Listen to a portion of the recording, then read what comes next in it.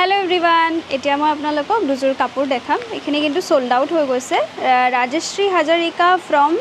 গোলাঘাট আছিল হয় গোলাঘাট আছিল মই দুজোৰ কাপোৰ দেখাই আছো খুব ধুনিয়া হয় এটো এটা দেখাই আছো মই ওয়াইন কালাৰত কাপোৰজোৰ বিৰাট ধুনিয়া হয় তেখেতৰ মানে অলপমান সিম্পল এন্ড সাটল লুকত এটা গৰ্জিয়াস সেট লাগিছিল সো আমি তেখেতক ৰেফাৰ কৰিছো এই সেটটো এবাৰ চাওকচোন মই দহিটো খুব ধুনিয়াকৈ কৰি দিছো ইয়াৰ আসলৰ ওয়াৰ্কটো আমি বিৰাট ধুনিয়াকৈ কৰিছো আৰু ইয়াৰ যোনটো ওয়াইন কালাৰ হয় ওয়াইন কালাৰত মই ওয়াৰ্কটো দিছো কাস্টমাইজ গুণা এটা ইউজ কৰা হৈছে আৰু গুটেই বডিটোত কিন্তু সৰু সৰু বুটা দিয়া হৈছে খুব ধুনিয়া হয় পটিটো সেম আমি এনেকুৱা সাদৰখনৰ নিচিনাই কৰি দিছো আৰু ইয়াৰ মেখেলাখন চাব